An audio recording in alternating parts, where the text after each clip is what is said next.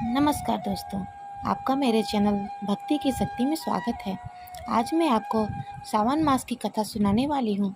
अगर आपको यह कथा पसंद आए तो कमेंट बॉक्स में हर हर महादेव ज़रूर लिखें। अगर आपने मेरे चैनल को अभी तक सब्सक्राइब नहीं किया है तो प्लीज़ सब्सक्राइब कर लें और बेल आइकन पर क्लिक ज़रूर करें। आइए कथा शुरू करते हैं। किसी गांव में एक दुराचारी ब्राह्मण रहता था। वह ब्राह्मण पूजा पाठ बिल्कुल नहीं करता था। उसकी धार्मिक कार्यों में कोई रुचि नहीं थी। पूजा पाठ तो दूर, वह रोज स्नान भी नहीं करता था। उस ब्राह्मण ने अधर्म के द्वारा बहुत सारा धन जमा कर लिया था।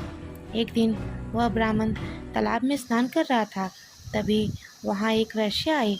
वेश्या भी किसी धनी व्यक्ति की तलाश में थी। वेश्या ने जब उस ब्राह्मण को देखा तो वह ब्राह्मण पर मोहित हो गई, और जब उस ब्राह्मण ने वेश्या को देखा तो वह भी एक दूसरे पर मोहित हो गया। वे दोनों कामासक्त होकर चिरकाल तक विहार करते रहे। ब्राह्मण की पत्नी भी थी। ब्राह्मण के माता पिता उसे बहुत समझाए कि बेटा, तुम जो कर रहे हो वह गलत है। तुम्हें ऐसा नहीं करना चाहिए। तुम्हारे घर में पत्नी है। पति के होते हुए किसी और से संबंध नहीं रखना चाहिए। लेकिन वह ब्राह्मण किसी की भी नहीं सुनता था और वेश्या के साथ ही रहता था। जब उस ब्राह्मण के माता पिता उसे ज़्यादा रोक टोक करने लगे तब वह अपने माता पिता से ईर्ष्या करने लगा।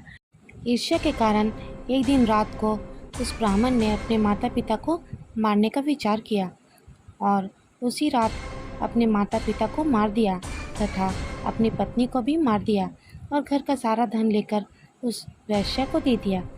समय बीतता गया। एक दिन वह ब्राह्मण देवयुग से प्रतिस्थान पहुंच गया और उसने वहां पर शिवालय देखा। वहां अनेक साधु संत एकत्रित हो रहे थे। वहां जाकर वह ब्राह्मण बहुत बीमार पड़ गया और उसने इसी हालत में वहां एक ब्राह्मण के मुख से शिव पुराण की दिव्य कथा सुनी। कथा परम पवित्र थी। फिर एक माह के अंदर ही उस ब्राह्मण की मृत्यु हो गई। कथा के प्रभाव से यम के दूत उस ब्राह्मण को लेने आए और यमपुरी ले गए। शिवलोक में जब शिव गणों को इस बात का पता लगा कि यमराज शिव भक्त को ले गए हैं, तब शिवगण गुस्से में यमलोक पहुँचे और वहाँ से वे उस ब्राह्मण को दिव्य रथ पर बिठाकर कैलाश की तरफ ले गए। उस समय यमपुरी में बहुत कोलाहल मच गया।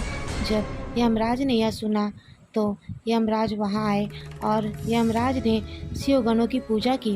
फिर शिवगणों ने उस ब्राह्मण को भगवान शिव को अर्पित कर दिया।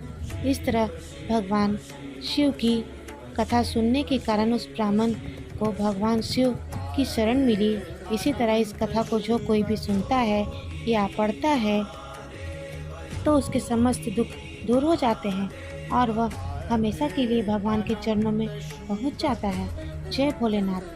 आपको यह वीडियो पसंद आया हो तो मेरी वीडियो को लाइक करें और ज़्यादा से ज़्यादा शेयर करें। धन्यवाद।